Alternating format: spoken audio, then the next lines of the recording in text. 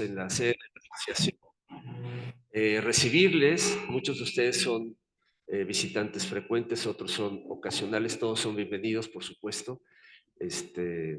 Creo que el tema que nos concita el día de hoy pues es de especial relevancia y aún mayor el esfuerzo de un grupo significativo de intelectuales, lo mismo exfuncionarios, académicos, especialistas en América del Norte, especialistas en otras regiones, que han participado en este esfuerzo que pues viene a coincidir oportunamente con el arranque del gobierno que sin duda está marcando una transformación profunda en muchos elementos sobre los cuales dábamos por hecho en las relaciones internacionales. Este grupo, México en el Mundo, es un grupo que trabaja de tiempo atrás diversos temas, que se reúnen, producen y publican sus estudios. Este estudio les fue enviado a ustedes junto con la invitación, es decir, que ya tuvieron acceso electrónico al mismo, muchos de ustedes lo habrán leído, pero sin duda es ocasión importante poder tener la opinión directa de los autores, y no dudaría yo que esa opinión pues proviene del debate de las ideas entre los mismos autores. Olga Pellicer, quien coordina el grupo o coordina esta publicación, está siguiéndonos desde casa por razones de salud, e Isidro está siguiéndonos por razones de distancia, también por la misma vía. Tenemos, y seguramente crecerá el número de la gente que está siguiéndonos a distancia. La grabación estará disponible, que circularemos a los destinatarios de la asociación en un par de días. Sin más preámbulo, le daría la palabra yo a Olga Pellicer para que hiciera la introducción.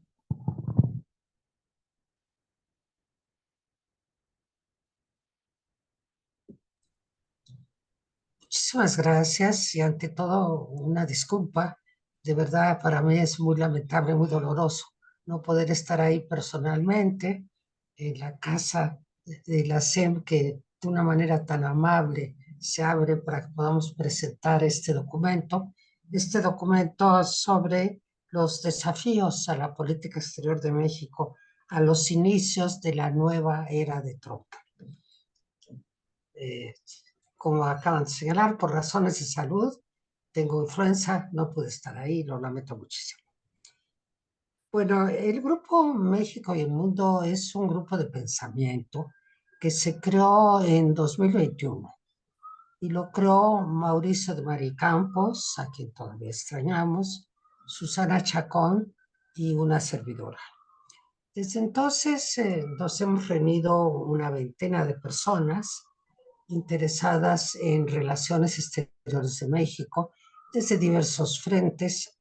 Hay académicos, hay ex embajadores o embajadores, hay ex servidores públicos y tratamos de dar a conocer nuestro punto de vista sobre cuáles son los desafíos a la política exterior a través de diversos medios. Me puedo referir, por ejemplo, a un trabajo del que se ocupa muchísimo, sobre todo Susana Chacón, que es nuestra contribución a la revista Este País, que aparece regularmente, aparece tanto un tablero como un artículo de fondo. Se los recomiendo. Si no consultan ustedes la revista Este País, les recomiendo que lo hagan y recomiendo que busquen ahí las contribuciones permanentes del Grupo de México y el Mundo, que coordina para el caso de este país principalmente Susana. Bueno, somos tres coordinadores del grupo, Susana, Isidro Morales y yo en estos momentos. Y también acaba de integrarse al grupo de coordinadores, lo cual nos tiene muy contentos, Jorge Álvarez. Gusto en saludarte, Jorge. Qué gusto que estamos aquí. Bueno, como decía, dentro de las actividades que llevamos a cabo, una que hemos hecho periódicamente es la de producir un documento sobre los desafíos a la política exterior del año que se inicia. Pero esta vez hubo un ligero cambio en el sentido de que no fue el año que se inicia, sino que tomamos otro periodo.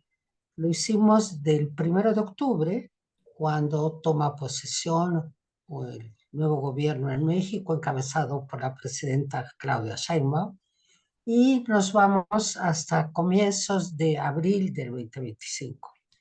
Sí, lo hicimos porque queríamos esperar qué ocurría con las elecciones en Estados Unidos, queríamos saber quién resultaba el ganador y sobre todo cuáles iban a ser las primeras medidas que tomaría. Bueno, todos conocen cuáles fueron los resultados.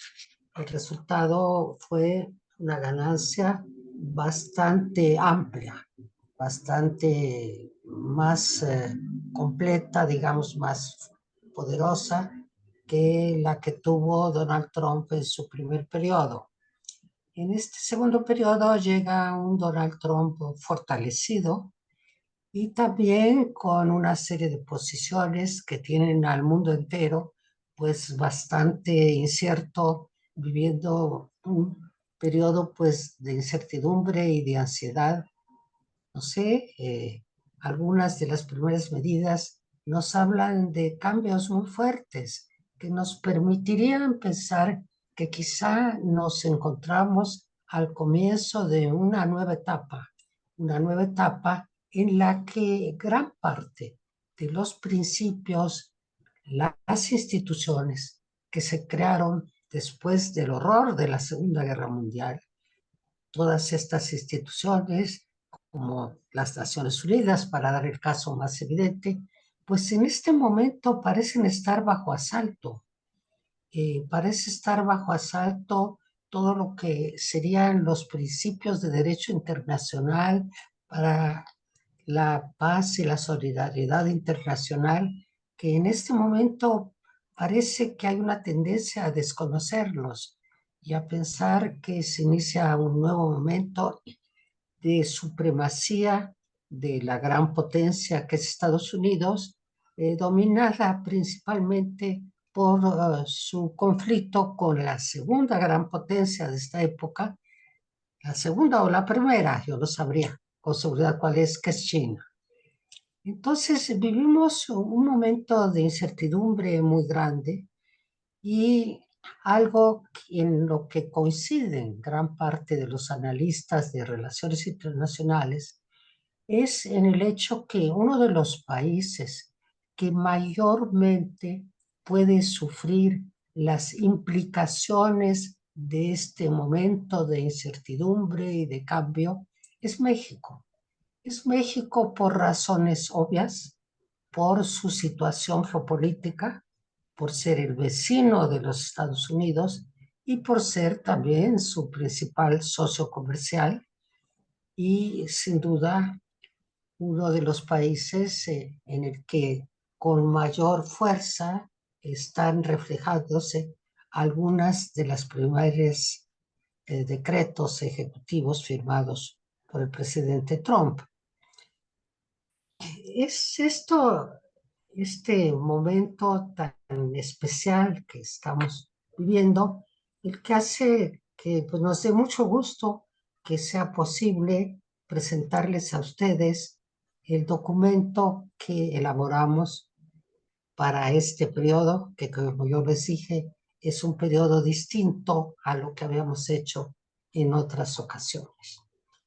Bueno, yo querría preguntarme, ¿y qué es lo que les estamos ofreciendo?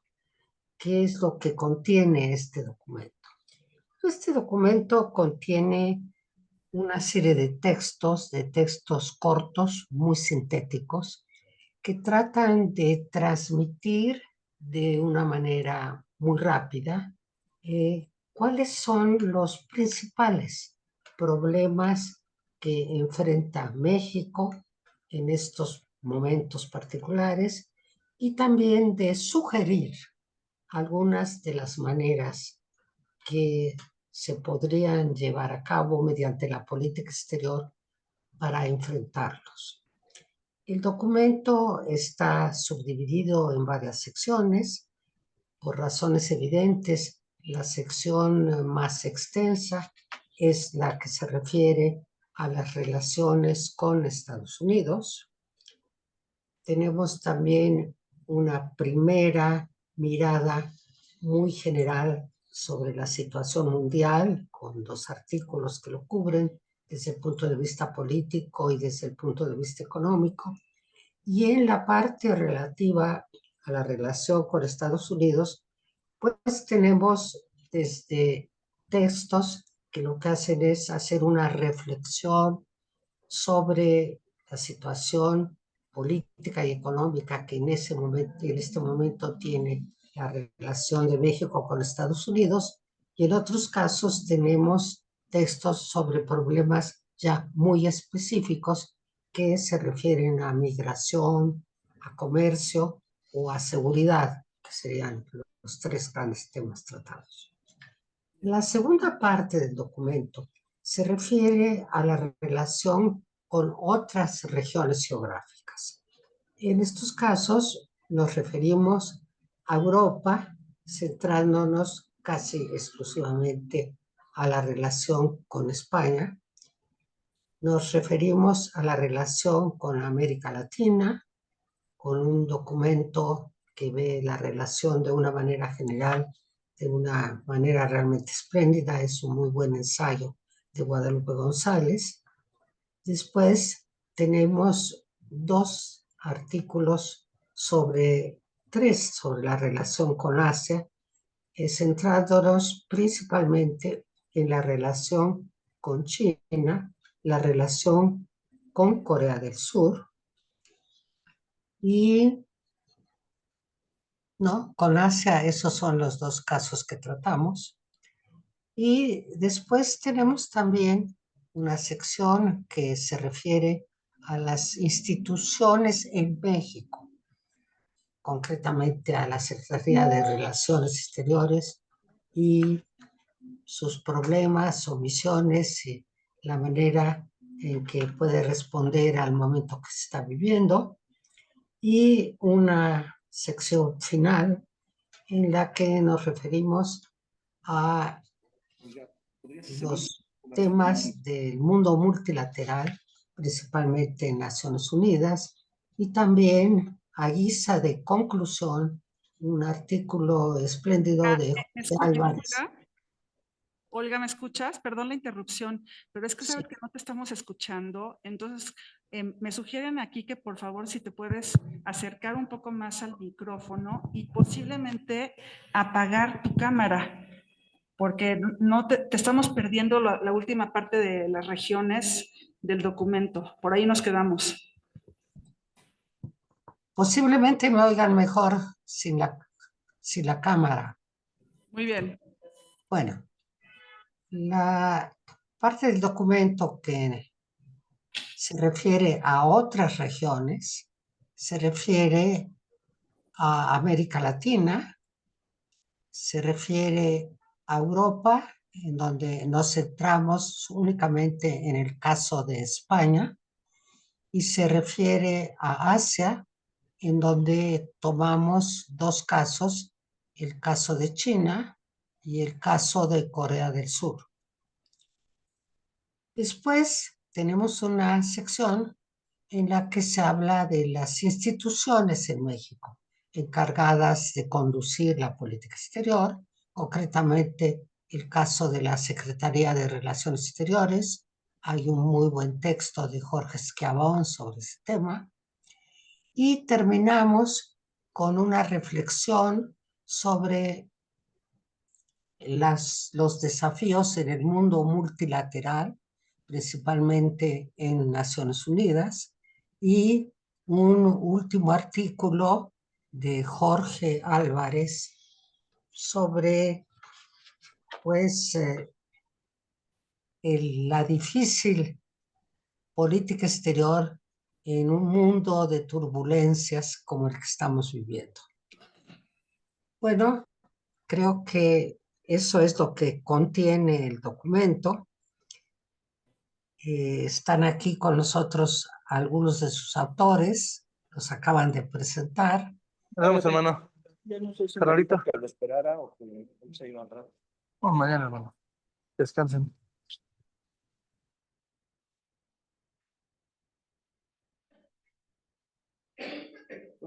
Para darle continuidad, le daría yo la palabra ahora a la doctora Chacón, quien ha coordinado este estudio.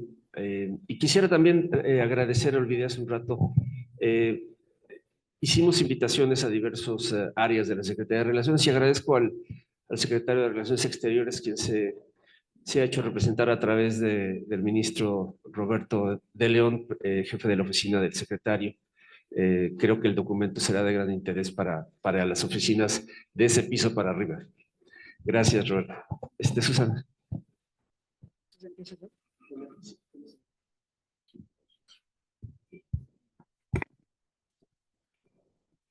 Bueno, pues muy buenas tardes a todos. Sí es una pena que nuestra querida Olga no esté con nosotros el día de hoy.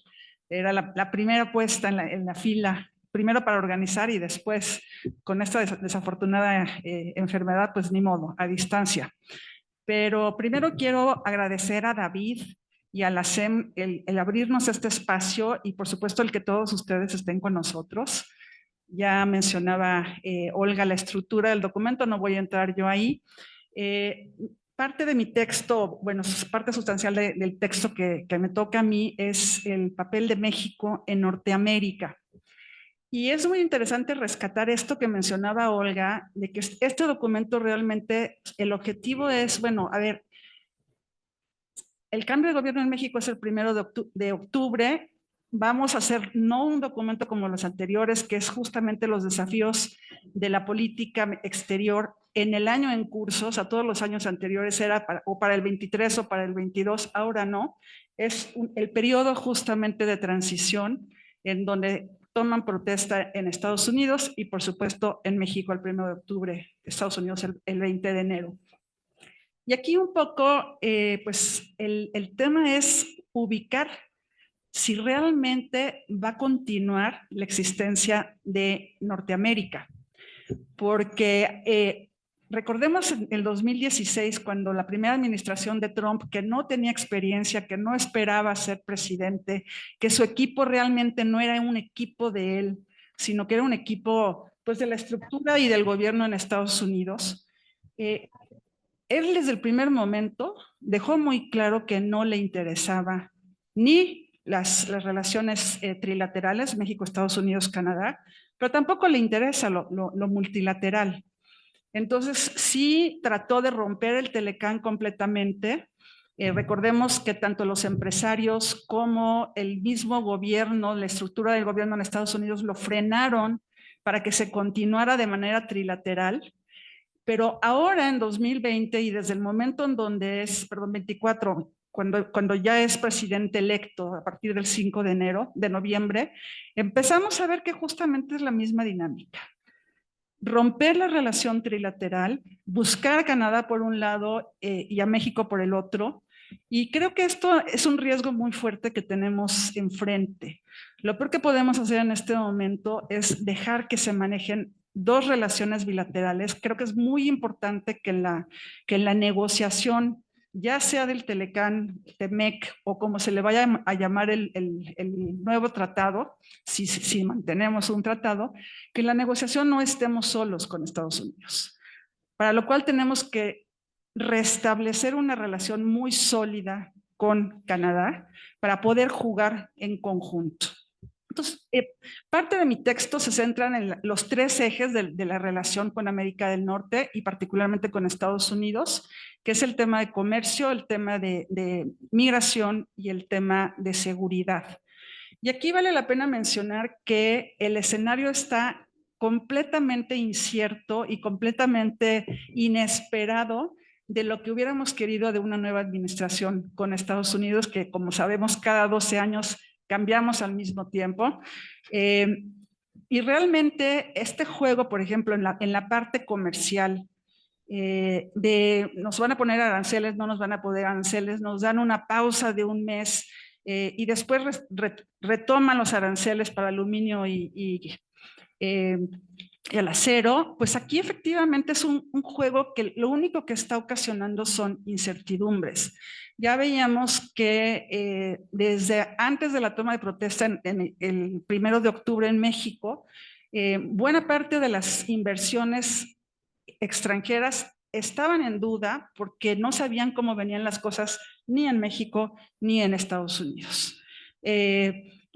La forma como Trump desde del 5 de noviembre al 20 de enero trata a Justin Trudeau, creo que deja mucho que desear. La forma como ha respondido la presidenta de México sin responder, pero jugando sus cartas, son caminos completamente distintos. Entonces, yo creo que tenemos que empezar a jugar mucho más de manera bilateral con Canadá para poder tener una fuerza mayor en la parte con Estados Unidos y que realmente se puedan cubrir los intereses de los tres países que son totalmente distintos. En el caso de México, Estados Unidos, pues en mucho las economías son complementarias. En el caso de Estados Unidos y Canadá, pues más bien son competencia. Entonces, la dinámica de negociación, pues tiene que ser entre los tres, pero de manera muy particular y precisa. Si me voy al segundo tema, que es el de migración, yo creo que tanto el tema de migración como el tema de seguridad son los que más preocupan al nuevo gobierno de Trump y a su equipo. Hablemos nada más de cómo armó su gabinete desde el 5 de noviembre y aquí pues sí es muy interesante ver que las personas, los personajes que decidió para cada uno de los puestos, está perfectamente bien pensado con lo que son sus intereses de México en Norteamérica, de Estados Unidos en la región y por supuesto lo que quiere ser este nuevo imperialismo que estamos enfrentando, ¿no? Hoy en la mañana teníamos una reunión justamente del Grupo de México en el Mundo y el lunes pasado me permití publicar un artículo en este país justamente, que aquí tenemos a otro de sus consejeros, a Juan Pablo, qué bueno que estás por acá, que en donde pues ya se empieza a hablar cada vez más de este nuevo imperialismo, no nada más de Trump, sino de Rusia y por supuesto de China. Entonces, estamos en un escenario en donde primero nos tenemos que plantear, ¿se va a mantener América del Norte, Norteamérica como la conocíamos?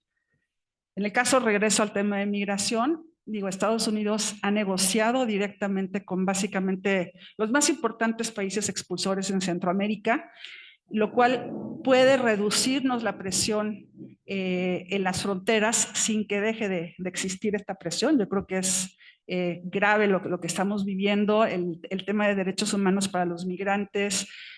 Hoy veía yo en el comunicado de prensa del Departamento de Estado de la llamada entre Marco Rubio y el canciller de la Fuente. Digo, claramente el Departamento de Estado dice que México se compromete a llevar a los migrantes a sus países de origen. Entonces, bueno, pues hay que ver si vamos a negociar fondos, de qué manera se van a negociar estos fondos. Por ejemplo, hay un tema que es importantísimo, que es el tema en donde hay un número de plazas que no están cubiertas en los diferentes sectores en Estados Unidos, en donde yo creo que ahí tenemos un juego muy importante que hacer de negociar puestos temporales para estos sectores, que no necesariamente son construcción y el sector agrícola, también en cuestiones de nuevas tecnologías, en cuestiones de logística. Hay espacios para que pudiéramos nosotros negociar visas temporales. Por ejemplo, el tema de DACA, también desde el 5 de noviembre Trump empezó a decir que por supuesto se viene para atrás. Y yo creo que aquí también tenemos que estar jugando, y bueno, sobre todo en términos de migración, el tema más importante que es el de protección. Entonces pareciera ser que esta es una de las señales que tienen todos los consulados en Estados Unidos.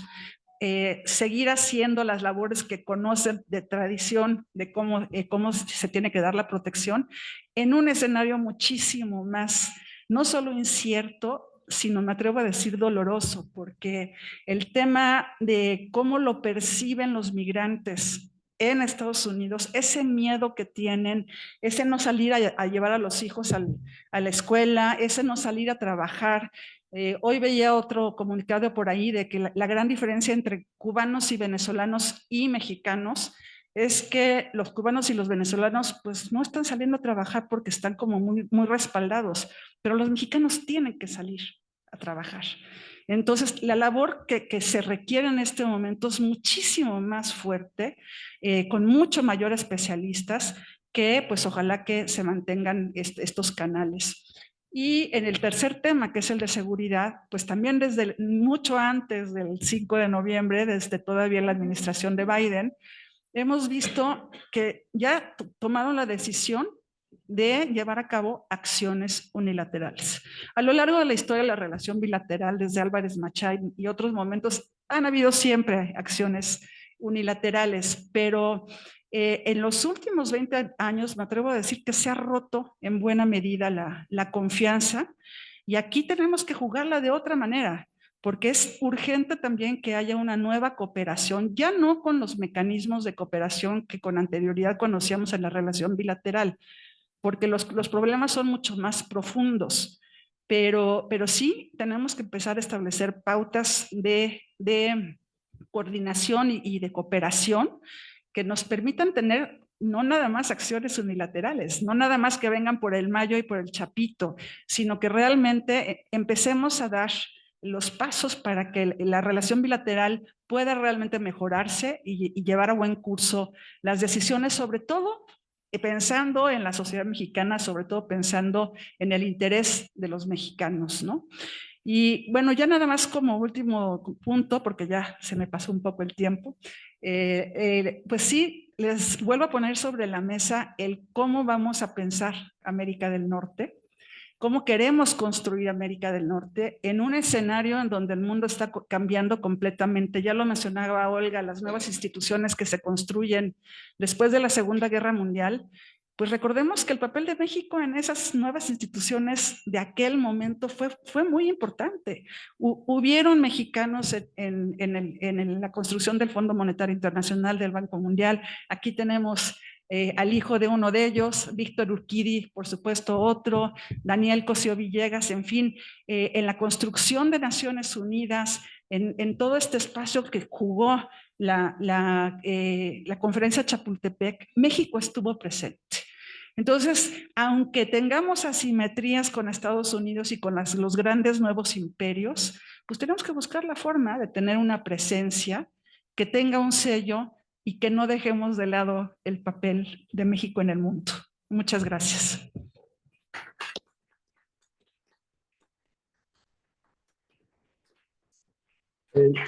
Muchas gracias, Susana. Tendremos espacio para preguntas y comentarios al final. Sugiero que pasemos ahora a la parte económica con Francis, por favor. Gracias. ¿De lo posible 10 minutos? Sí, sí, sí. De lo posible. Sí, sí, por supuesto. Bueno, pues, ¿quién sabe por qué me pidieron que platicara sobre la parte económica, verdad? Yo que es pura coincidencia, pero bueno, es para mí un privilegio estar aquí en el ASEM, gracias, embajador Nájera. Me siento como en casa, con el gusto de tener aquí a algunos de mis grandes colaboradores en dos de las trincheras importantes, sobre todo Canadá recientemente y antes la OSD. La verdad fue un privilegio formar parte del servicio exterior, así que aquí no tengo más que gratos recuerdos. Bueno, me voy a ir rápido en la primera parte, que es un poco el escenario económico mundial al cual nos enfrentemos, para irnos a lo que me parece más importante, que es cómo reconstruimos América del Norte y la estrategia de largo plazo que podríamos seguir. Bueno, básicamente lo que tenemos, pues, básicamente es un entorno económico. Ahorita, el entorno económico está determinado por lo político, es lo político y lo geopolítico lo que determina la economía, no a la inversa. Pero básicamente, pues lo que tenemos en materia de crecimiento económico global, mundial, es un crecimiento muy mediocre de 3%, muy por debajo de la tendencia histórica del crecimiento de la economía mundial, pero con enormes desigualdades. Como siempre, los países asiáticos son los que están creciendo rápidamente, el caso de Vietnam, el caso de la India, China menos, y sí destaca entre los países industriales Estados Unidos, que tuvo el año pasado un crecimiento de 2.8%, que es excepcional para Estados Unidos. Estados Unidos lleva un buen periodo creciendo rápidamente con las políticas de Biden, a ver si no lo echa a perder Trump, pero recibe una economía, muchas cosas en mal estado, la economía la recibió bien. Pero bueno, esto está sujeto a enormes incertidumbres, desde luego lo que pueda pasar con los riesgos geopolíticos y cambios verdaderamente sistémicos, la guerra de Ucrania, el conflicto de Medio Oriente. Bueno, yo que estamos presenciando, lo comentó Susana, el fin del orden internacional de la posguerra, la globalización da lugar a una fragmentación con bloques regionales, la era del libre comercio pasa a ser la era del proteccionismo y la era de apertura al movimiento de personas, nacionalismos extremos, antimigrantes, y finalmente lo que es muy importante, el tremendo deterioro de las democracias, el surgimiento de movimientos populistas de derecha y de izquierda, y desde luego autoritarismo.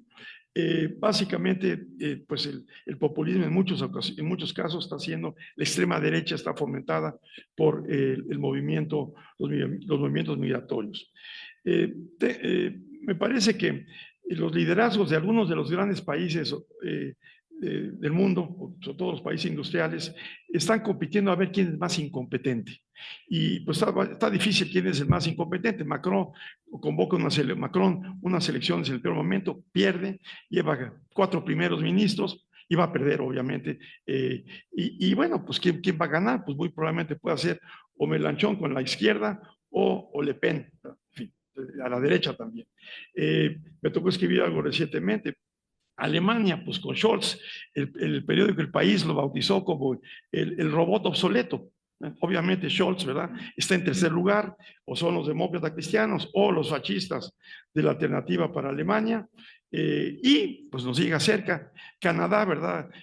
Trudeau, el líder que ha tenido más tiempo, el gobernante más longevo del G7, casi cerca de 10 años por ahí, pues básicamente ha ido en picada continua, y seguramente va a perder frente a un trompista canadiense que es Poilievre, ¿verdad? Y bueno, pues ya tenemos a Italia, Hungría, Austria y Holanda en manos de la derecha. El principal foco rojo, desde luego, pues es desde luego nuestro vecino Trump, ¿verdad? Y bueno, pues ahí refleja casi lo peor de todo lo que está pasando. Nacionalismo extremo, el MAGA, Make America Great Again, casi recordando a Teddy Roosevelt, de Big Stick. El proteccionismo también, viene también de la historia de Estados Unidos. Desde luego, controlar la expansión de su rival chino, que está teniendo enormes avances en tecnología, y el uso de aranceles como su principal instrumento, tanto para efectos comerciales, por una parte, pero también para lograr ventajas políticas. Ese es el big stick de Trump, como los que tuvo en su momento Roosevelt, Teddy.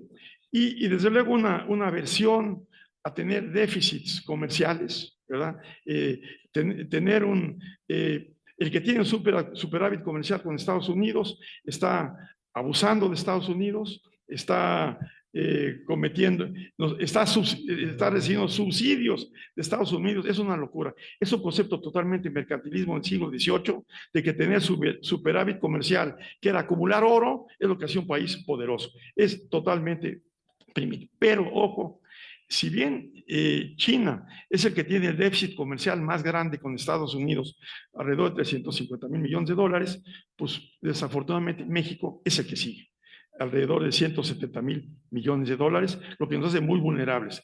Le pegó a Canadá durísimo en el discurso de Davos, justamente que tenía un superávit comercial, que era un abuso, que no podía hacer. Pero Canadá tiene la tercera parte de nuestro superávit comercial, tiene como 50,000 millones. O sea que eso, bueno, en fin. El caso de Canadá, bueno, aquí estamos, me parece un caso absolutamente trágico. Básicamente no aprendió Trudeau de las lecciones de la primera negociación, ¿verdad? Porque básicamente pues pensó que éramos un fardo, y pues fuimos, como éramos un fardo, que pensó de negociar bilateralmente, y México acabó rescatando el TEMEC con el pobre Trudeau de caída. Está otra vez lo mismo. Nuevamente Trudeau, ¿verdad? Siente que hay que ir otra vez al bilateralismo, le va como en feria, se pone como tapete, y es ahora el que más están amenazando por todos lados. Otro dramático, pero por otra parte escribí un artículo hace poco de la Universal, de dramático abandono de Canadá. Como tú dices, lo primero que había una misión de alto nivel viajando a Canadá para tratar de ahora decir, bueno, pues a ver, ya te está volviendo otra vez igual de mal que antes, pues a ver si aprendiste un poco, tenemos que unirnos porque sí somos contrapesos, ¿no? Válgame Dios. Bueno, entonces, bueno, como ya. 3 minutos. ¿Eh? 3 minutos. Me queda 3 minutos, ok, perfecto. Bueno, paso entonces al segundo tema, que es las relaciones con Estados Unidos, más allá del TEMEC. Trump, como comentamos, es imprevisible y de ocurrencias y también previsible. Nos está repitiendo otra vez lo que hizo antes, el arancel contra el aluminio y el acero, lo está repitiendo, ese no duró mucho, vamos a ver qué pasa.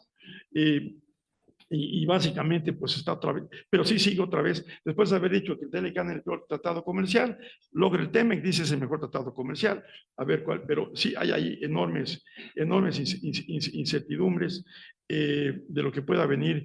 Desafortunadamente, Trump tiene un mandato popular muy amplio, tiene un control de los 3 poderes, un gabinete tremendo, ¿verdad? Tanto en halcones o incompetentes. La secretaria de Educación viene de una enorme experiencia muy útil para la educación, que es experta en lucha libre, y el secretario de Salud también es un perfecto idóneo para la Secretaría de Salud, en que pues básicamente fue antivacunas. Bueno, como se acaba el tiempo, quiero irme a lo que me parece quizás, yo creo que debemos de salir, no sé, puntos muy concretos, esa es la parte más interesante de mi segundo documento. A mí me parece que no hay que entrar en el juego de Trump, de un arancel por acá y otro por acá, y una declaración por aquí y otra declaración por aquí. Lo que tiene México y tiene con qué es presentar una visión de largo plazo, bien estructurada, de una estrategia de largo plazo, que es una visión que supera mucho a la de Trump. Esencialmente decir, miren, la única forma de ganarle a China es haciendo una América del Norte competitiva y fuerte. Eso es lo que permite, con todas las fuerzas que hay de los 3 países, es lo que permite ganarle a China. Y eso es lo que está desperdiciando. Bueno, entonces ahí tengo varios puntos muy concretos. Básicamente, es esta visión de largo plazo. 1, es absurdo que no se haya creado un pequeño secretariado técnico trinacional, ¿sí?, que le dé sustento. No va a ser la burocracia de Bruselas. Un secretariado técnico, una trinacional de la mejor gente, pequeño y competente, que presente ideas, les dé seguimiento y las articule. Eso me parece que es una cosa absolutamente de párvulos que no tengamos. Reconocer que eso es muy importante, que el TLCAN y ahora el TEMEC no generó crecimiento para México. No lo generó. Somos el primer socio comercial de Estados Unidos, el gran socio comercial de Estados Unidos, 600,000 millones, pero estamos creciendo al 1%. Entonces, eso no funciona. Okay. Eso muy rápidamente. Mi idea es que este acuerdo debe de ir más allá de solo libre comercio. Esa es la clave. No quedarnos, esto es nada más libre comercio. Tenemos que ir a una política industrial regional, integrar mejor las cadenas productivas, incrementar los contenidos locales y sí una sustitución eficiente de importaciones con el nearshoring apoyado en políticas. 4, una estrategia de cooperación tecnológica y científica, como lo está haciendo la Unión Europea, nos falta. Y con eso, un programa tipo Erasmus de la Unión Europea, un gran programa de becas y también así la energía regional. Un ambicioso programa de infraestructura en las fronteras, Canadá, tanto al norte como al sur, un gran programa de infraestructura. Se necesita. Eso se requiere activar un fantasma que anda por ahí. Hay una cosa que creo que se llama el NatBank, nadie oído hablar, pero ahí está. NatBank fue creado para eso, para financiar infraestructura, y había que revivirlo para que el NatBank lo que haga es básicamente financiar proyectos en las zonas que expulsan mano de obra, que eso es lo que sería más barato que sería básicamente que muros. Crecimientos mínimos, por supuesto, como meta, de México a 5 o 6%, es lo que tienen que hacer. Y muy importante como objetivo, como la Unión Europea, con esos mecanismos, reducir hacer una convergencia entre el nivel de crecimiento de Estados Unidos per cápita sobre todo y el nuestro. Convergencia, comercio de la Unión Europea. ¿Cómo? Otra vez con fondos tipo NatBank, ¿verdad? Que es que puede apoyar estos proyectos que serían muy útiles. Mapear bien. Hay zonas de Estados Unidos que requieren mano de obra. Y con las tarugadas de Trump va a haber, ¿cómo van a reconstruir Los Ángeles? No tienen mano de obra. Va a haber escaseces de mano de obra. Hay escasez de mano de obra y la escasez de mano de obra va a frenar el crecimiento de Estados Unidos. Eso no lo entiende. Pero ahí tenemos un caso muy bueno en Canadá. Oigan, hay lo que decía, programas sectoriales específicos o de sectores. Por ejemplo, Canadá tiene un gran programa. Hay que copiar en sectores bien estudiados, el programa de agricultores temporales de Canadá, 30,000 familias, que es un éxito. Y finalmente lo que habría que hacer sería la formación de más allá del libre comercio, ir más allá del libre comercio y pasar a la siguiente etapa, que es una unión aduanera. La idea de la unión aduanera que están manejando varios economistas es una unión aduanera de América del Norte. Eso lo que permite es un arancel común externo para todos, no estás discriminando. Entonces lo pones a China y se lo puedes poner un poquito también a Europa, pero es así la Unión Europea. Un arancel común externo con políticas internas coordinadas y comunes. Eso creo que sería lo que había que plantear. No vamos a con pichicatez, vamos a hacer un gran concepto que se puede sustentar y vamos por ahí y demostrar que ese es el camino, no lo que está haciendo. Nada más, la última reflexión histórica, es que Trump está copiando de la historia, se le olvida que el arancel de 1930, el Smoot-Hawley, básicamente fue un arancel muy alto que estableció Estados Unidos para defender su desempleo, y el Smoot-Hawley lo que hizo fue asentó la depresión. Ese es lo que va a hacer. Y el otro loco que también tiene como su gran modelo, que es McKinley, hizo lo mismo en la ley arancelada de 1890. Metió aranceles básicamente pues para avanzar, y la verdad pues no hubo. Claro, también creó una generación completa del Robert Barons y Crony Capitalism, que es la otra parte del modelo que está tomando de las experiencias muy malas americanas del siglo pasado. Perdón, me pasé un poquito, pero bueno, sí que ya pues creo que esto sí es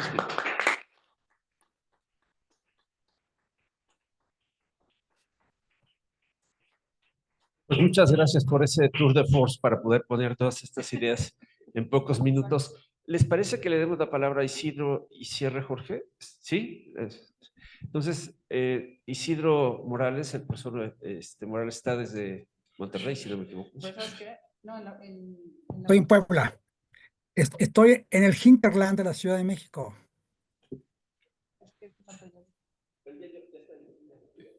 ¿Me oyen? ¿Sí me oyen?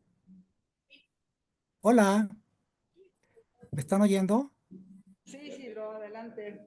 Ok, gracias, embajador Nájera, y gracias a la CEN por esta invitación. Yo voy a aprovechar mi tiempo, poco que tengo, con poner 4 filminas, así que le voy a pedir a quien lleve el Zoom que me deje compartir mi cámara. Dice, el uso no está activado, ¿me lo pueden activar, por favor? Ok. Ya está. Ok. ¿Y ya se está viendo?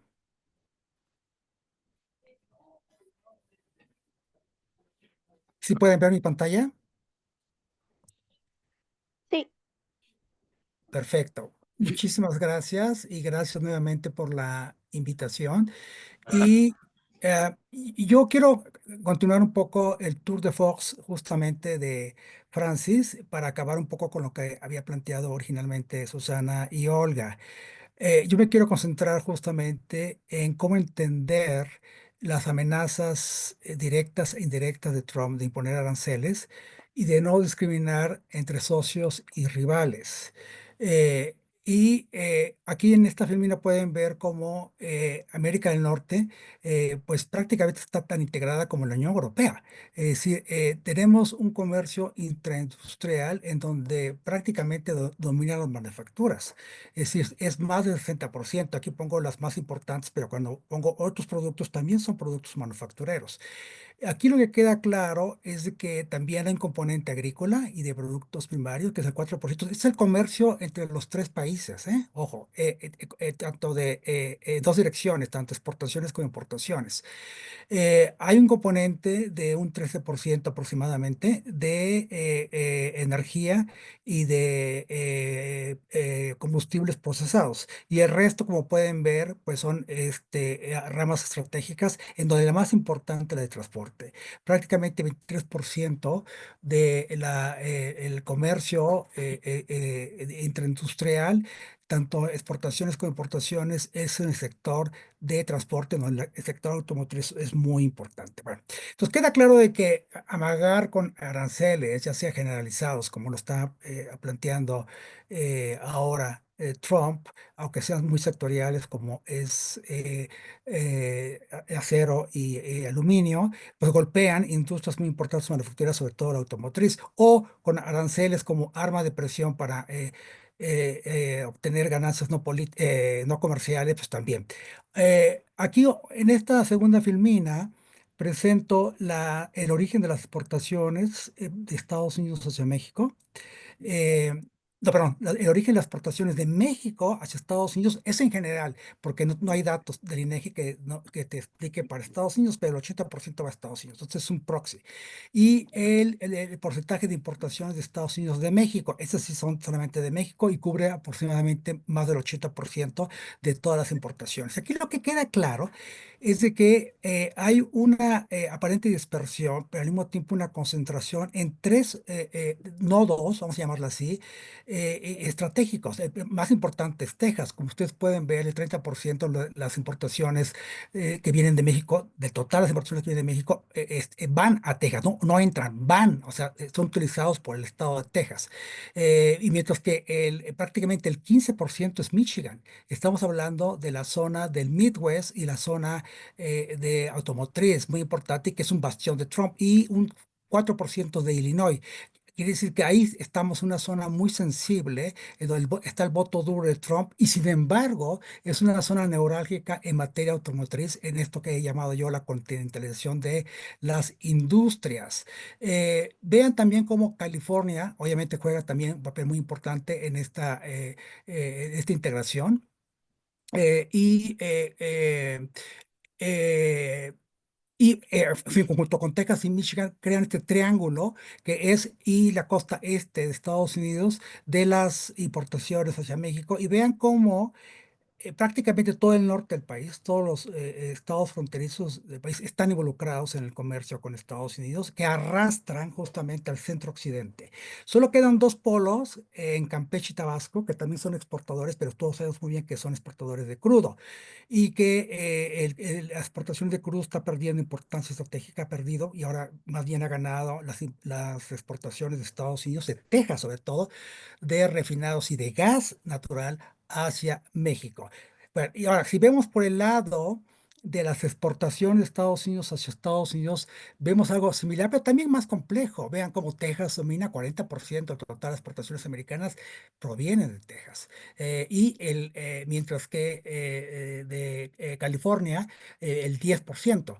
Pero vean cómo también el Midwest, Michigan, Illinois y toda la extensión que tiene hacia la costa este de Estados Unidos son importantes. Y hay un eje que ronda en torno a Texas hacia lo que se llama el Southwest y el Southeast, ¿no? Que llega hasta Florida. También están involucrados en el comercio con México.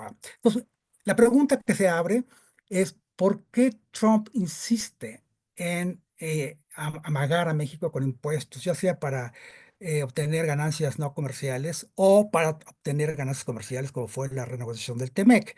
Eh, Cuando además en algunos rubros México y Canadá compiten muy bien con China en el mercado americano, es decir, que incluso le ayuda, digamos, a desacoplar justamente ese comercio que en principio es rival y del cual en el fondo el grueso de los aranceles desde la época, la primera presidencia de Trump hasta la fecha, se han impuesto con una matiz muy importante que quiero hacer aquí.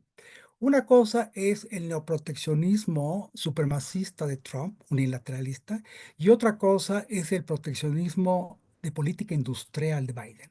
Es una diferencia muy, muy importante que hay que hacer.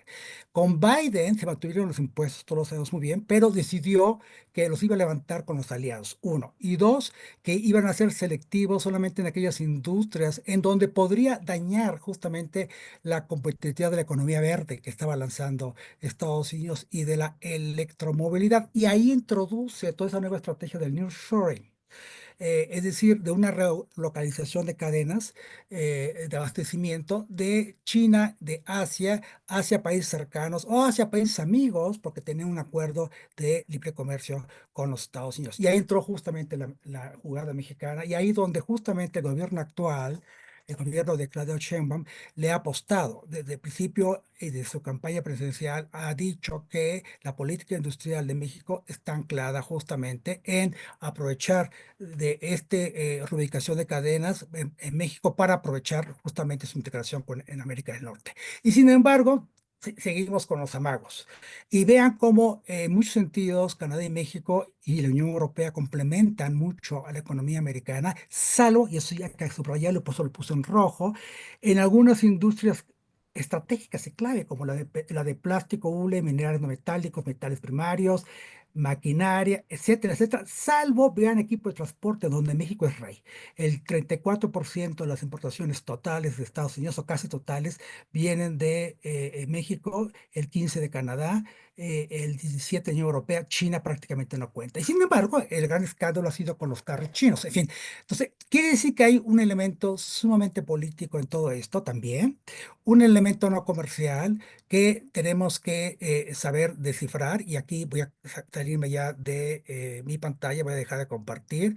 Y ese elemento creo que tenemos que entender, y que la Secretaría de Relaciones Exteriores y la Secretaría de Comercio y la Secretaría de Gobernación tienen que entender, es que detrás del el amago de aranceles hay un mensaje no comercial de Trump.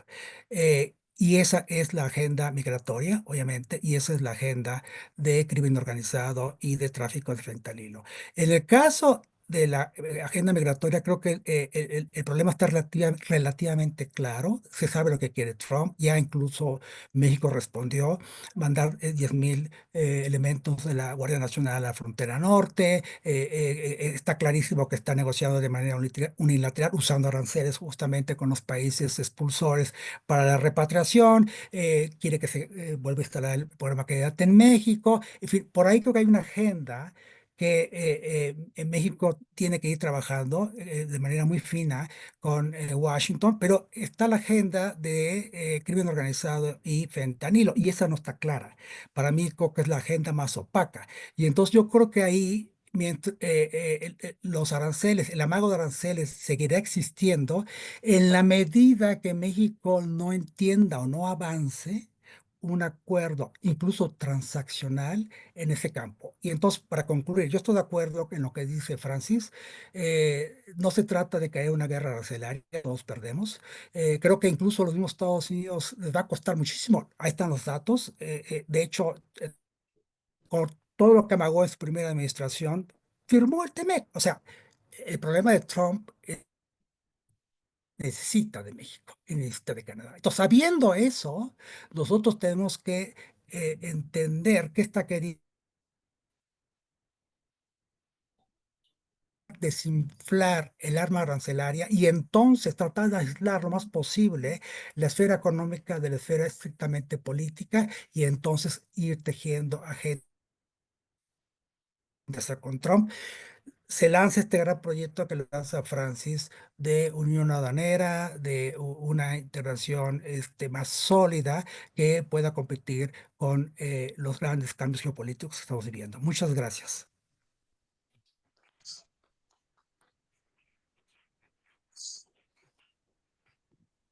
Gracias, gracias Isidro.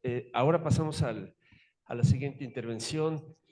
Como es la última intervención, antes de las preguntas y comentarios, les comento que habrá un vino de honor al final para que no se vayan corriendo, sino que se esperen un rato y puedan aprovechar a conversar directamente con nuestros presentadores. Embajador, por favor, antiguamente presidente de esta asociación.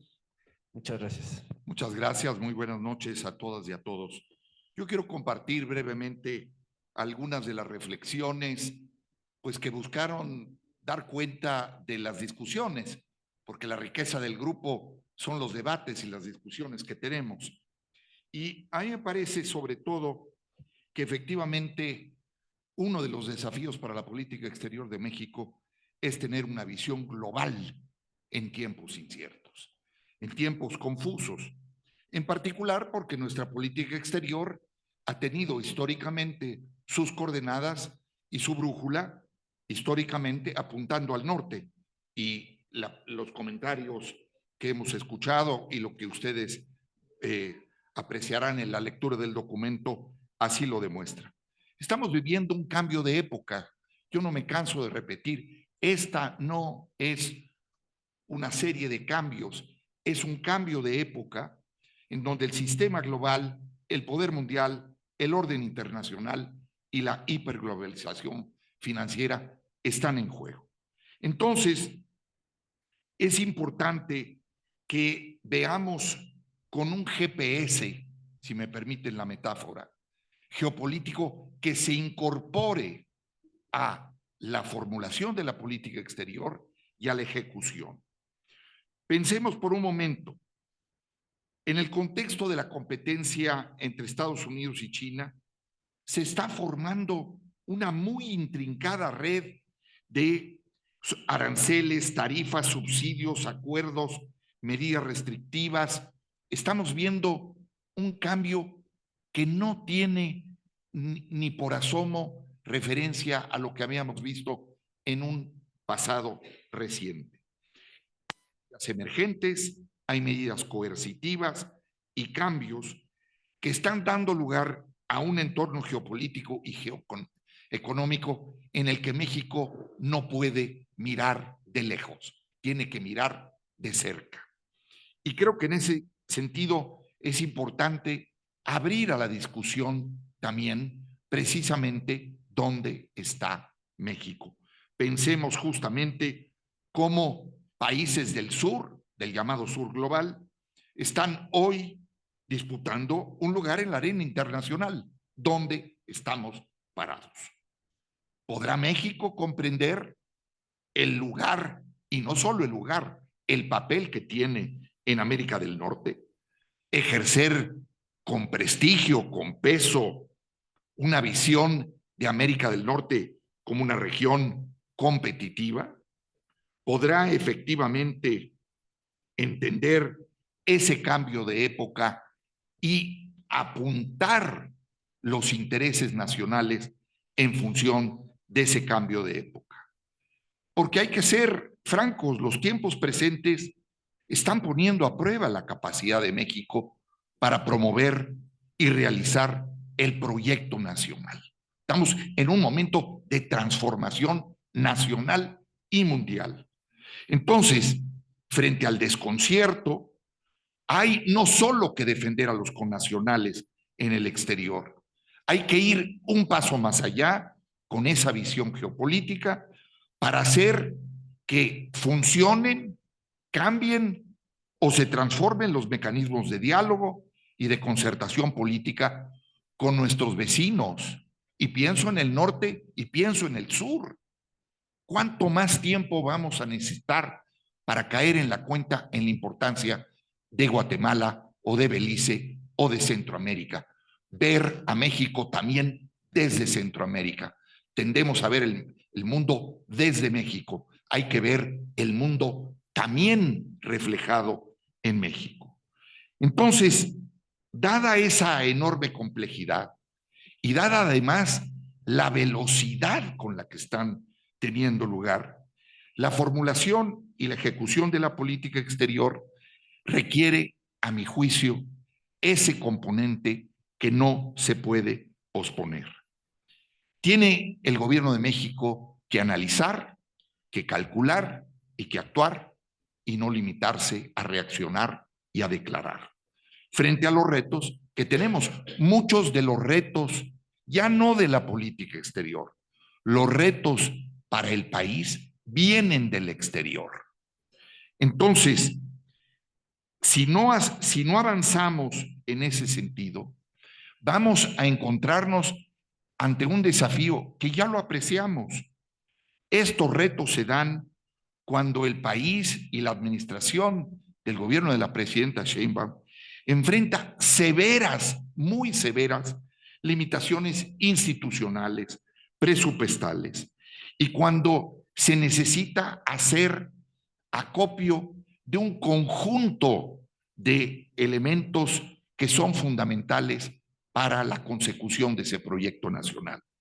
Entonces, a mí me parece que hay en ocasiones un debate sordo, y es decir, es que los funcionarios experimentados, los negociadores, están fuera del gobierno, pero no están fuera de México. Necesitamos, en ese sentido, avanzar en las negociaciones políticas, en las negociaciones económicas, de la mano del trabajo intenso de promover los intereses y los intereses de los mexicanos, protegiéndolos con una labor consular que hoy tiene la mayor importancia.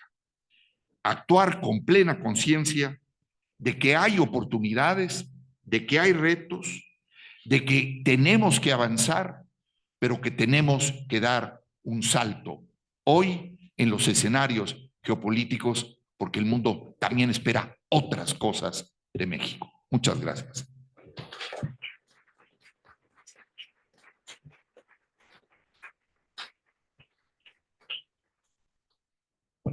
Buenas tardes, damos inicio a los comentarios y las preguntas. Le cedo la palabra al embajador Bernal. Muchas gracias. Buenas tardes a todos. Yo voy a hacer un comentario más que una pregunta. En primer lugar, quiero felicitar a los miembros del Grupo México en el Mundo por esta serie de documentos, posicionamientos que nos han compartido, que son sin duda muy oportunos en la coyuntura que estamos viviendo actualmente ante los cambios tan profundos que ya ha provocado en menos de 3 semanas la nueva presidencia del presidente Trump. Y quiero hacer de parte también de los presentes un reconocimiento a la tarea a la que se dio en esta tarde nuestro presidente en la asociación, el embajador David Nájera, para abrir las puertas de la Casa ASEM a esta importante discusión y para dar a conocer tan profundas reflexiones, recomendaciones que surgen de este grupo de expertos. Es cierto, y creo que tenemos que resaltar esto, que algunos de los miembros del Grupo de México en el Mundo son parte del Servicio Exterior de Carrera, han sido parte. Otros no lo son, pero han sido parte muy importante en la práctica de la política exterior.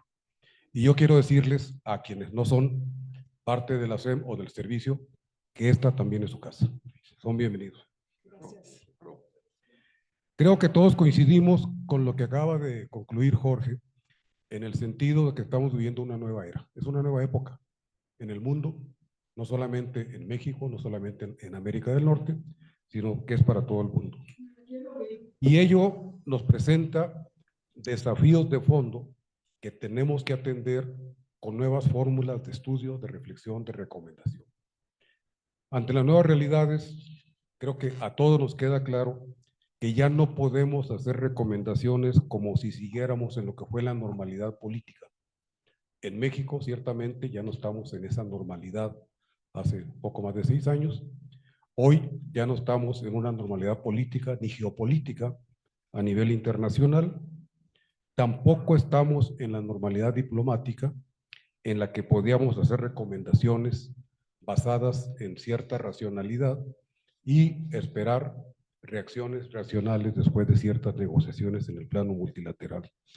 Hoy estamos viendo, como se recordaba aquí, lo que podemos decir que surge una alianza entre autocracias que parecen encaminarse a un reacomodo multipolar de hegemonías, con un reparto del mundo inclusive, que quiere verse hoy a la manera de lo que ocurría en las antiguas bulas papales o lo que vimos en las conferencias de Moscú, Yalta y Potsdam.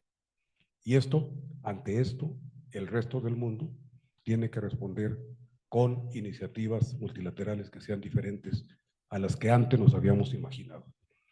Y ya tampoco podemos hablar de la normalidad económica.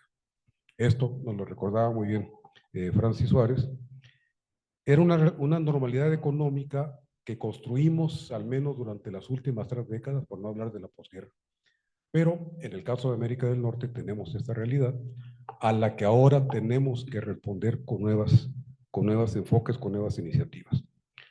Y cuando planteamos la estrategia de aquí en adelante, tenemos que hablar de competitividad, tenemos que hablar de nuevos paradigmas del desarrollo interno y tenemos que plantearnos lo que es el dilema de hoy.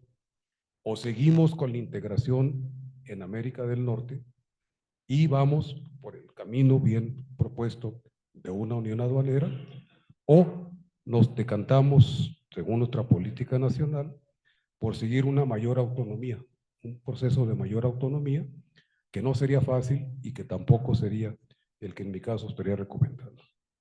Pero todo tiene que ver con políticas internas, efectivamente, lo señala Jorge, y tiene que ver con seguridad, con Estado de Derecho, con la confianza que podamos transmitir al exterior para tener una buena comunicación, una buena negociación y un futuro de mayor cooperación.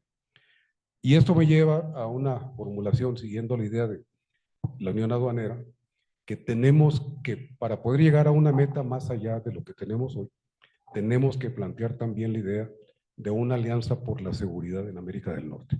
Creo que es un paso muy importante de carácter político que tenemos que dar, y aquí estamos pues los que podemos aportar ideas para ello. Quiero concluir diciendo que las lecciones que hoy nos comparten brindan sin duda una buena base para seguir estudiando, para seguir discutiendo, para seguir haciendo recomendaciones, y yo creo que lo más importante de tener este tipo de reuniones aquí en la SEM es que lleguen los documentos, los comentarios, las recomendaciones a las nuevas generaciones. Que sean ellos quienes acompañen el desarrollo de propuestas, de enfoques, de escenarios alternativos, y esperamos que a partir de su ejercicio en la política exterior de estas generaciones jóvenes, también podamos en algún momento ser escuchados por quienes toman decisiones hoy en la administración pública. Muchas gracias.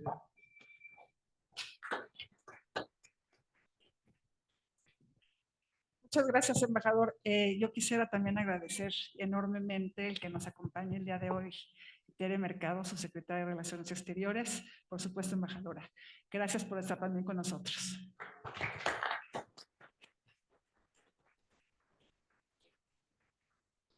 ¿Alguna otra persona desea hacer alguna pregunta, comentario? Rogándole su nombre, por favor, y la institución. Hola, bueno, yo soy Victoria Rosas, soy parte del programa de mentorías de la SEM para mujeres en el servicio exterior.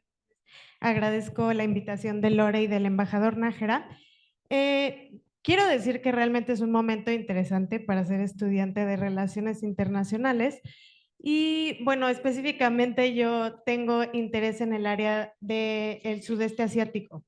Entonces, mi pregunta es, ¿cómo fortalecemos nuestras relaciones con regiones estratégicas como Asia-Pacífico, con miembros, por ejemplo, de mecanismos como el APEC?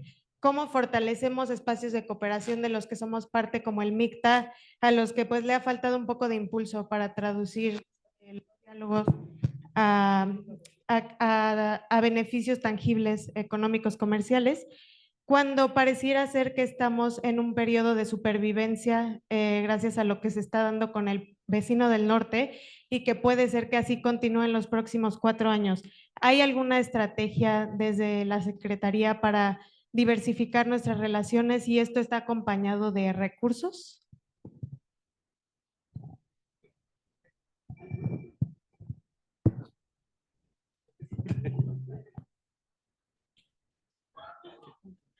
¿Podemos recoger otra pregunta, otro par de preguntas? Sí, sería muy buena idea que se pudiera juntar unas 3 preguntas Sí. y ya si quieres cerramos. Así es. ¿Alguien más desea intervenir? ¿Una pregunta? Bueno, visto que no, creo que podemos comentar sobre este punto. Bueno, pues sobre este último punto, yo creo que es muy interesante la pregunta, muchas gracias. No podemos negar que nuestra realidad económica está completamente vinculada con América del Norte y que ha sido así histórica y tradicionalmente. Pero tampoco podemos negar la importancia del resto del mundo y particularmente lo que tú mencionas del sudeste asiático. Yo ahí te recomendaría que te echaras un clavado en el documento. Hay un muy buen texto de José Luis León sobre la relación con Corea del Sur y dos muy buenos textos de la relación con China de Eugenio Anguiano y otro segundo de Isidro Morales. Ahí vienen ideas muy claras de cómo acercarnos, cómo poder tener una relación diferente a pesar de que nuestro centro está en América del Norte. Yo escuchaba a Carlos Slim hace un par de días diciendo que no tenemos que acercar más a China, pero 3 días después Jorge Castañeda dice, no, quien dice que tenemos que vincularnos a China, por favor no los escuchen, nuestra realidad es América del Norte. Entonces, puede haber interés de algunas empresas de jugar, por ejemplo, Bimbo. El caso de Bimbo es muy interesante porque tiene plantas en India, en China, en Corea del Sur. O sea, hay interés de algunas de las empresas, otro es Cemex, por ejemplo, de jugar en esos espacios, que es muy importante, pero como país no podemos quitar nuestra mirada de América del Norte, porque justamente ahí es donde más tenemos que profundizar lo que viene a ser el futuro de México justamente en el mundo. Pues muchas gracias a todos por el espacio. No sé si David. Desde el Zoom nos están indicando alguna pregunta. Adelante, Isidro, por favor. Gracias. Sí, quiero también yo comentar esto porque como dice Susana, yo también hice la parte de China. A ver, aquí lo que hay que aclarar es que China es el cuarto socio comercial de América del Norte, de todos, de Estados Unidos, Canadá y México. Punto. Ahora, que Estados Unidos ahora se quiera, digamos, desarticular, de-risk es el término que ellos mencionan, es decir, que, fíjate, de-risk es reducir el riesgo de esa asociación, pero no ni romperlo ni terminarlo porque va a ser imposible. O sea, por eso que no puede haber una guerra fría como la hubo entre Estados Unidos y lo que fue la Unión Soviética, porque Estados Unidos y la Unión Soviética prácticamente no estaban integrados comercialmente hablando. No es el caso de China. China está muy integrada al comercio tanto de Europa como de muchos países de América del Sur, sobre todo de Brasil, pero también de América del Norte. Es el cuarto socio y fue el primer socio comercial de Estados Unidos hasta poco antes de la guerra comercial que abrió Estados Unidos. Ahora es el segundo, a veces el tercero, pero sigue y va a seguir siendo un socio comercial. Entonces, tomando eso como condición, creo que, aquí lo importante, y sobre todo para que México pueda blindar digamos, la agenda económica con América del Norte, porque es con Canadá también, hay que, dar pasos importantes en la agenda migratoria y en la agenda de seguridad. Se tiene que, incluso hay una propuesta también por parte de la audiencia de crear una nueva alianza de seguridad. Claro, de hecho ya la hubo, ¿no? Con el ASPAN, pero hay que recuperar justamente todo lo que se ha hecho, las iniciativas incluso que ha habido en materia de cooperación contra la lucha al narcotráfico, pero con Trump es difícil, pero entonces hay que ver qué es lo que quiere para al menos blindar la parte económica. Ahora, dicho esto, creo que entonces el paso siguiente, si se logra eso, es ponernos de acuerdo con Estados Unidos y Canadá cómo lidiar con China. Es decir, quizás volver un poco a una estrategia que le voy a decir de Biden, y a nadie le va a gustar porque menos a los republicanos, pero de ser selectivos en la manera en que queremos protegernos de China, qué insumos queremos, qué insumos que no, etcétera. Y eso solamente se puede hacer con equipos muy especializados, muy técnicos, para lograr, si no una unión aduanera, al menos tener algunos aranceles comunes en algunos rubros de industrias estratégicas, como microprocesadores, como baterías para autos eléctricos, paneles solares, en fin, habrá una lista. Y hecho esto, entonces cada país tendrá derecho a tener una relación con China. No podemos romper con China. China es un gran inversionista. China tiene la gran ventaja de que es un país excedentario, le sobra dinero. Estados Unidos es un gran deudor, ya no tiene dinero.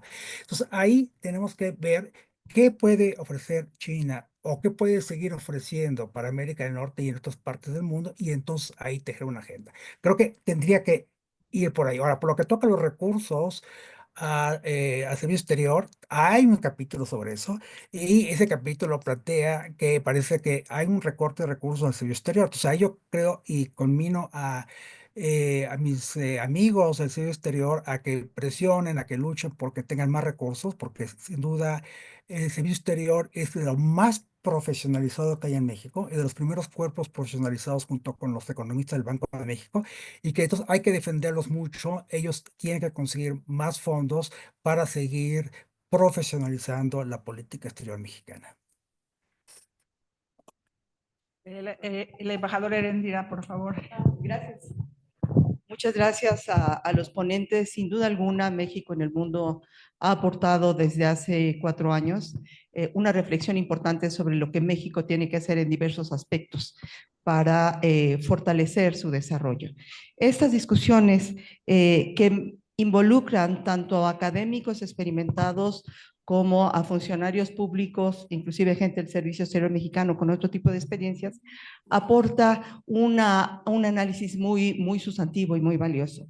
¿Y qué tendríamos nosotros que hacer también en esta coyuntura de cambio de época, que estamos percibiendo ya un cambio de época, pero también estamos percibiendo muchos retos a nivel nacional, restricciones en muchos aspectos presupuestarias en áreas fundamentales para el desarrollo nacional y para la seguridad? Tendríamos que tener que contar con diagnósticos muy certeros, muy sinceros de en dónde estamos parados y qué necesitamos para poder hacer propuestas de acción concretas. En el caso de la seguridad, por ejemplo, una seguridad trilateral, pero que tendría que tomar en cuenta cómo está el mundo en general, ¿no? Estamos volviendo a decisiones unilaterales como la forma de acabar las guerras en Medio Oriente y en Europa, que las hemos visto históricamente y ahora nos sorprenden porque creíamos ya haber superado esa etapa y parece que no. Entonces, ¿dónde estamos parados? Hay mucha gente aquí muy valiosa con gran experiencia, la subsecretaria, el jefe de oficina, que han tenido responsabilidades varias en circunstancias muy difíciles. Tere, Roberto, todos los que estamos aquí, en alguna parte de nuestra vida, Claudia, profesional, nos han tocado retos interesantes. Esta es otra cosa. Esta es otra cosa. Yo creo que México debe afrontar con todos estos retos nacionales que tenemos, con todos estos cambios, tener una perspectiva clara de futuro. ¿Qué México queremos? ¿Con qué lo queremos? ¿Con qué asociaciones nacionales e internacionales? Entonces tendríamos que tener diagnósticos desde nivel municipal, nivel estatal, nivel nacional, que todas estos órdenes de gobierno se vinculan con el exterior. Tenemos rutas geopolíticas, geoeconómicas, de seguridad, que involucran a todos los órdenes de gobierno. Y tenemos que estar conscientes de eso y ser muy responsables del futuro que queremos. Sí, un acuerdo nuevo de América del Norte, reforzado en el ámbito económico, en el ámbito comercial, la unión aduanera, y sí necesitamos un acuerdo en materia de seguridad regional, subregional, pero necesitamos primero un acuerdo interno mexicano de qué seguridad queremos para México, de cómo estamos, de cómo se integra recientemente la necesidad de la seguridad pública a depender de la Secretaría de la Defensa Nacional, cuando nuestra Constitución tiene establecidos estos ámbitos de manera muy puntual. Y cómo hemos ido cambiando en este sentido y hacia dónde vamos. Quizá es coyuntural, quizá no. ¿Y qué tan coyuntural queremos seguir actuando? ¿Con qué visión de México nos encontramos en este momento y qué México queremos para el futuro? Y para negociar con Estados Unidos y Canadá tenemos que saber con qué contamos, con qué armas contamos en todos estos ámbitos.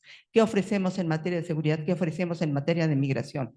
están pidiendo cárceles para detener migrantes en Guatemala y en El Salvador, el presidente Trump. ¿Es esa la condición que queremos para los migrantes? ¿Tenemos recursos para acoger migrantes?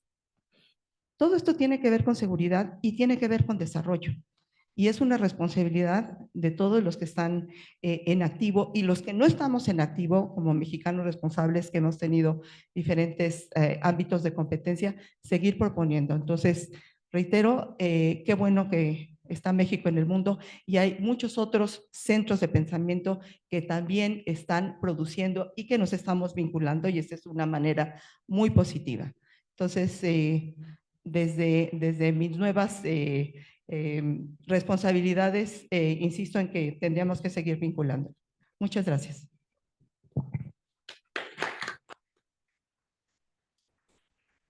Había una pregunta adicional, por favor. Bueno, muchas gracias. Simplemente quiero aprovechar, Roberto de León. ¿Sí se escucha? Aléjate un poquito del micrófono. Gracias, creo que ahí se escucha mejor. Bueno, simplemente felicitar mucho a la SEM por este espacio y al colectivo México en el Mundo, a Olga, a Susana, a Jorge, a Isidro, a todos los coordinadores y por este documento y esta oportunidad de tener esta reflexión. La verdad es que también se agradece mucho el formato del documento. Son, como bien se señaló, ensayos realmente muy cortos, 3, 4 cuatrillas. Yo veía, por ejemplo, el de Jorge Chabón, que hablaba justo de la institucionalidad de la Cancillería y hacía recomendaciones muy puntuales, o sea, literal bullets, que es lo que se necesita ahorita. Yo creo, como lo ha dicho el canciller Juan Ramón de la Fuente, que me pidió transmitirles un saludo, que es un momento justo de unidad, es un momento justo de hacer una reflexión conjunta y coordinada en los distintos ángulos que corresponde a un país, pues con la tradición, potencialidades y con el talento diplomático sustentado desde luego en nuestros principios y en nuestros intereses también que tenemos como la 12ª economía del mundo. Me gustó mucho la pregunta de la diversificación. Yo creo que es cierto que tenemos que seguir impulsando y lo estamos haciendo. México en Asia-Pacífico, y aquí está Tere, tiene una huella diplomática que no tiene ningún país de América Latina y tiene capacidades muy grandes. Aquí hay ex embajadores en la región, en China, en Filipinas, están aportando a la reflexión. Y también quiero decir que hay una gran solidaridad del Servicio Exterior Mexicano y de otros colegas que están haciendo una labor fundamental todos los días en los 53 consulados que hay en Estados Unidos. Creo que, pues sí, es un momento en que tenemos que también ver todos los elementos que contamos y el que tengamos 200 años de diplomacia consular en Estados Unidos, porque justo desde 1824 tenemos un primer consulado en Nueva Orleans y tenemos esa red donde esa red se integra pues justo por recursos humanos especializados en áreas de comunidades, de documentación, de protección. Y están haciendo una labor, como ya señalé, todos los días. Yo creo que bienvenida a la reflexión, tenemos que seguir abriendo este tipo de espacios. También se dijo aquí, llevamos 3 semanas de este nuevo gobierno.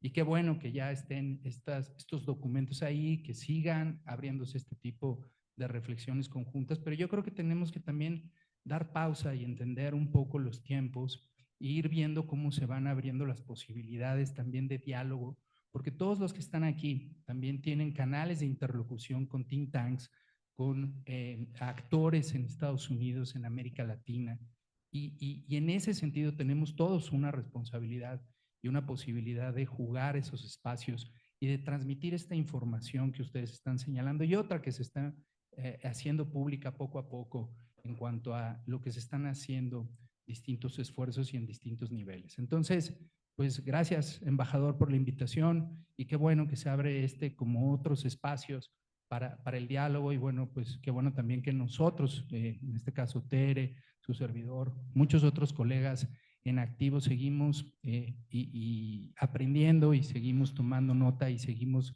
detonando una reflexión conjunta con todos ustedes y yo creo que eso es muy valioso en esta coyuntura que repito, creo que lo más importante es la unidad, como se señaló aquí, de un país del tamaño y de la importancia que tiene México y con el talento diplomático e institucional que seguimos contando. Gracias.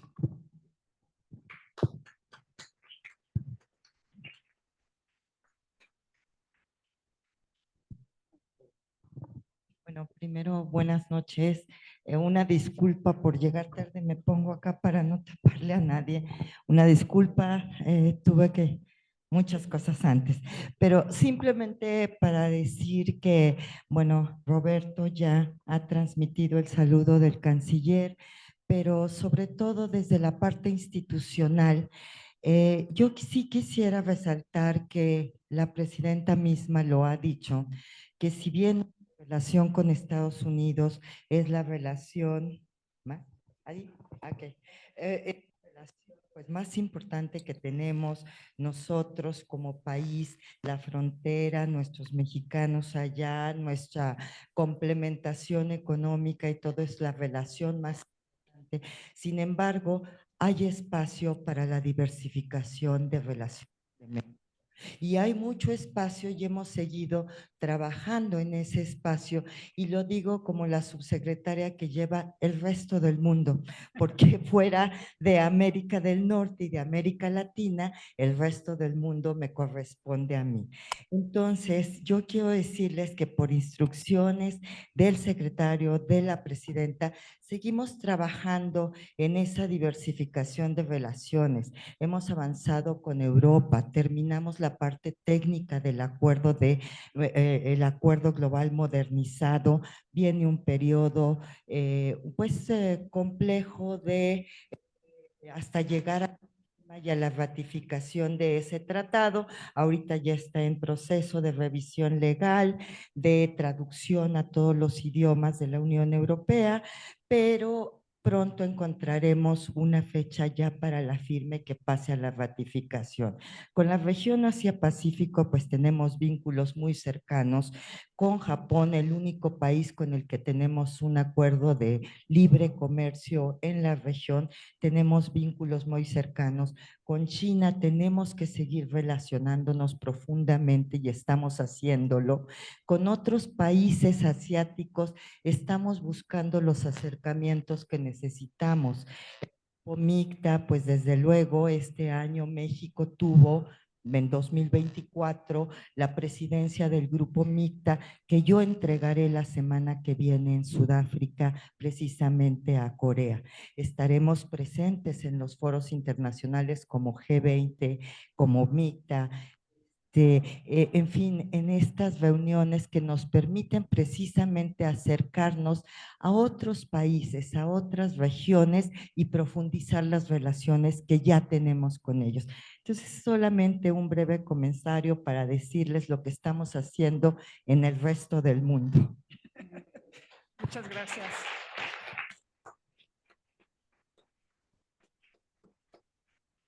Bueno, primero muchísimas gracias a los tres comentarios, Eréndira, Roberto y Tere. Creo que justamente antes de pasarle las palabras de cierre a Francis y a Jorge, pues a mí sí me gustaría como retomar esto que mencionaron. Es muy importante no nada más que hagamos reflexiones dentro del grupo. Una de las labores que hemos hecho desde que empezamos a tener ya publicaciones es acercarnos a los diferentes centros de pensamiento del país y también de afuera. Y también, como decía el embajador Bernal, que yo creo que es clave también el tema de cómo los jóvenes van a retomar esto.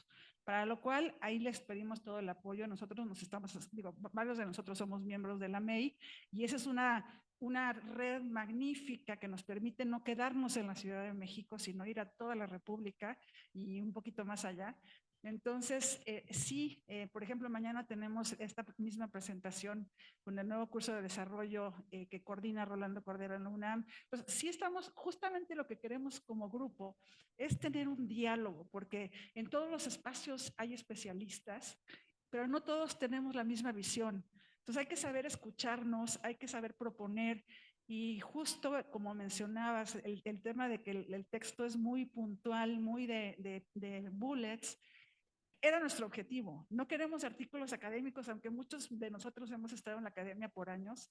Lo que queríamos era así, algo muy puntual. Nos propusimos hacer 1000 palabras, algunos se pasaron un poquito, otros que se mantuvieron en el límite, pero la idea es que se pueda leer y que cada uno de los especialistas en los diferentes temas y de los funcionarios que están trabajando estos temas puedan ver que aquí hay algo que les puede también ayudar a su labor diaria.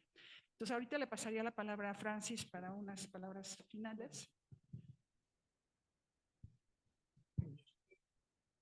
Yo que quizás una de las mejores noticias del día de hoy fue los comentarios de la subsecretaria. Efectivamente, yo que todo el mundo está pidiendo de que básicamente México salga al mundo y esté presente en todos los foros importantes, me parece absolutamente fundamental. Yo estoy en la academia, entonces puedo decir lo que pienso, ¿no? Entonces yo que con esa venia, digamos, eso creo que es muy importante. Hay que estar en todos los foros en los que hay que estar. Mi segundo comentario, yo creo que hay que efectivamente hacer uso del pensamiento crítico. Yo creo que una de las cosas que hay que hacer es cambiar una frase que yo creo que es muy lamentable. La política, la mejor política, yo cambiaría, la mejor política interior es una buena política exterior, no al revés. No la mejor política exterior es una política interior, sino al revés. No se puede tener una buena política interior si no se tiene una buena política exterior que apoya el desarrollo. Eso lo pondría al revés. Tercer implícito, todo lo que se ha dicho, yo creo que está implícito en las preguntas. Yo creo que se necesita fortalecer las instituciones. No hay política exterior si no se fortalecen las instituciones. Y esto pasa de manera fundamental, lo que yo considero una tragedia nacional, los pocos recursos que le están dando a la Secretaría de Relaciones Exteriores, que ha vendido los recursos en picada y todavía otra vez otro recorte, incluyendo los recursos al cuerpo consular y a todas las instituciones de migración que van a estar en la trinchera. Yo que hay que hacer una cruzada nacional, ¿verdad? Hay que dar recursos a la política exterior que incluye la migración y concentrarlos ahí, no en hacer ferrocarriles, nuevos ferrocarriles de pasajeros que no sirven para nada. Es lo que no allí, aquí sí. Yo que eso es una parte que me parece importante. Yo creo que me parece que también dentro de eso hay que el fortalecimiento de la Secretaría de Relaciones Exteriores requiere recursos. Y yo que requiere también una introspección hacia adentro. El pueblo, a lo que yo estoy fuera de la academia, está pidiendo que las grandes embajadas sean cubiertas por funcionarios competentes del Servicio Exterior Mexicano. A mí, amigos de Estados Unidos y Canadá, lo digo en este foro, me dicen, por favor, necesitamos que un embajador en Canadá por lo menos hable un poquito de inglés y de francés, ¿verdad? Es decir, nada más eso, no queremos un genio. Todo el mundo está diciendo.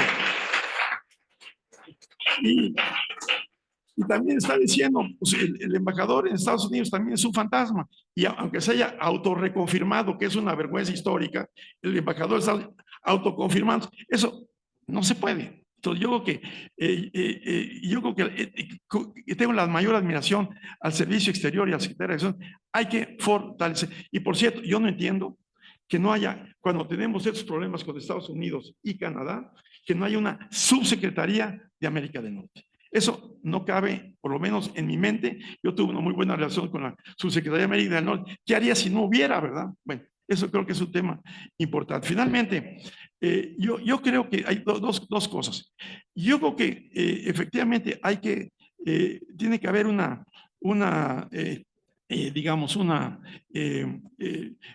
fortalecer la diversificación de la relación exterior, diversificación. Pero yo creo que precisamente por esa limitación de recursos que tenemos, diversificación no implica dispersión. Requiere haber un ejercicio muy cuidadoso de dónde se mete el dinero. No se va a poder, ojalá que hubiera para todo, pero si no hay, tiene que haber una muy clara concentración de recursos donde pueden ser más importantes. Y mi último comentario sería a ver, yo creo que efectivamente, como lo planteó, hay que estar preparados. Yo que siempre ha habido, pues, en Canadá y Estados Unidos, los bilateralistas y los trilateralistas, quién sabe, bueno, y Trump, ¿verdad? Eso es otra cosa, es otra categoría. Pero bueno, yo creo que, ¿qué va a pasar? No sabemos, pero yo creo que es posible, por lo menos, fuerzas importantes en Canadá y en Estados Unidos están diciendo, ¿para qué trilateralismo? Bilateralismo, dos bilateralismos, y podemos caer solamente en que México sea una relación bilateral con Estados Unidos y punto. Ya no y Canadá por su lado, Canadá pues, otra bilateral y nosotros la bilateral. Pero yo creo que dentro de este esquema peligroso de irnos por dos bilaterales y en una trilateral, en que hay que decir a los canadienses, no sean burros. Si precisamente lo que está pasando es que, como muy bien lo entendió un conservador, Mulroney, dijo, es que el que esté en México nos ayuda a compensar al elefante en la sala. Es lo que hay que transmitirles y ha tenido muy malas experiencias. Entonces yo creo que hay que trabajar por el trilateral mismo. Pero sí puede haber dos bilateralistas y puede haber una gran fractura de los sistemas internacionales, de tal suerte que si caemos en guerras comerciales y demás, yo no descarto que pueda haber una crisis, es decir, una crisis en México y una crisis de consecuencias volviendo a los 20 y los 30. Puede haber una crisis, y en una crisis es sálvese el que pueda. Y ahí un poco lo que vería es, vamos a volver a la época previa a la Segunda Guerra Mundial. En la Segunda Guerra Mundial, pues había una crisis, la Segunda Guerra Mundial. Ahorita la nueva Segunda Guerra Mundial, a lo mejor no va a ser militar, aunque puede ser militar, va a ser comercial. Si hay una gran guerra comercial, las crisis son oportunidades. La Segunda Guerra Mundial, si cambiamos el modelo de desarrollo mexicano, que fue lo que hicimos ante la Segunda Guerra Mundial, y creamos como gran modelo el desarrollismo, que nos duró 35 años, y que ahora los chinos y los vietnamitas y en Asia están siguiendo modelos desarrollistas, pues perfecto. Con una economía fuerte, desarrollista, haciendo sustitución de importaciones, porque no nos queda otra como la Segunda Guerra Mundial. Puede ser una nueva etapa de desarrollo económico, pero hay que estar pendiente que pueda haber esas opciones y hay que estar preparado para ellos y de ellas podemos sacar crisis, oportunidades.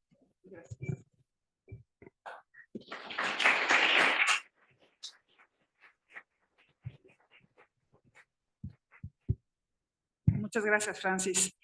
Olga, Isidro, ¿quieren algunas palabras de cierre, por favor? ¿Están por ahí todavía? Olga, no sé si Olga quiere decir algo. Adelante, Olga. Bueno, yo muy rápidamente quiero agradecer a la SEM y al embajador Nájera y a todos los asistentes por escucharnos, por sus comentarios. Y me alegra ver que es un cuerpo muy vivo y que la política exterior mexicana sigue avanzando en la diversidad y la diversificación. Me da mucho gusto escuchar que el acuerdo de modernización con la Unión Europea ya por fin se va a ratificar y que va a entrar pronto en vigor, y quisiera escuchar lo mismo con un acuerdo posible con la República de Corea, que como sabemos se empezó a negociar, de hecho hay un capítulo que lo dice, pero que no se ha logrado. Ojalá se pueda avanzar con eso para poder seguir avanzando en la diversificación. Y muchas gracias. Muy bien, Isidro, gracias. Olga, querida, ¿tú quieres hacer algún comentario? ¿No? Tiene apagado su micrófono. Ok, si quieres, Olga, ¿podrías abrir tu micrófono, por favor? No te escuchamos. Adelante. Me siento profundamente orgullosa de este diálogo tan franco, tan amable y sobre todo que nos permitió tener este diálogo tan constructivo, tan productivo con los miembros del Servicio Exterior. Felicidades a todos ellos por su interés y por su disposición a estar abiertos a este diálogo. Es valiosísimo y se los agradezco muchísimo. Gracias. Mil gracias, querida Olga.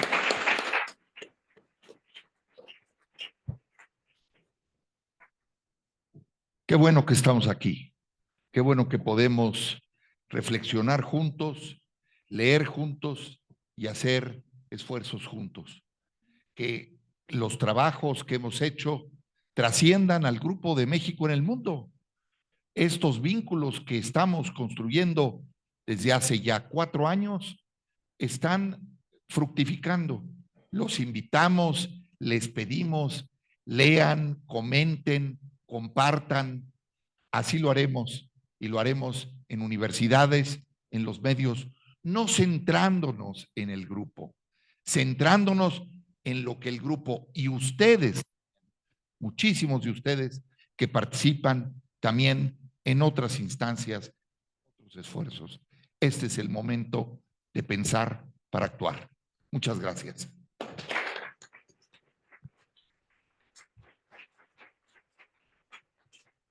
Pues al agradecer la oportunidad al grupo de participar en esto, como bien has mencionado, varios miembros del grupo también son miembros en activo o en retiro del servicio exterior, ¿no? Como tú mismo, por supuesto. Todos amigos, ciertamente, porque todos estamos en el ámbito de las relaciones internacionales. Me parece que el intercambio de ideas no solo ha sido rico hoy, esta noche, animado gracias a Francis, que ha puesto varios puntos sobre las IES. Y es importante decir lo que pensamos. Me refiero a que muchas veces estos comentarios son como, pues, en relativa discreción, ¿no? Y la institucionalidad para muchos de nosotros, pues, a veces la confundimos, me parece, con una camisa de fuerza. Ciertamente no lo es, y creo que el doctor de la Fuente, por cierto, ha invitado a participar activamente en la expresión de las ideas y de las opiniones, que es en buena medida lo que ha animado este encuentro desde que Olga y yo lo platicamos. Un esfuerzo especialmente reconocible para Olga Pellicer, lamentable que pues el estado de salud no nos permita que esté con nosotros, pero la escucharon en el ánimo que tiene de seguir adelante con este tipo de actividades. Cierro mencionando, hace unos días en el Instituto Matías Romero tuvo lugar un evento por el centenario del natalicio de él, quien fuese canciller durante el periodo de Luis Echeverría, el doctor Rabasa. Y en los comentarios que hacía, creo que Miguel Ruiz Cabañas fue el que lo hizo como rememorar una serie de circunstancias. El cierre de la frontera en el 69 por parte de Nixon, el inicio de la guerra contra las drogas, el fin del patrón oro-dólar y la imposición de aranceles de Estados Unidos a todos sus socios.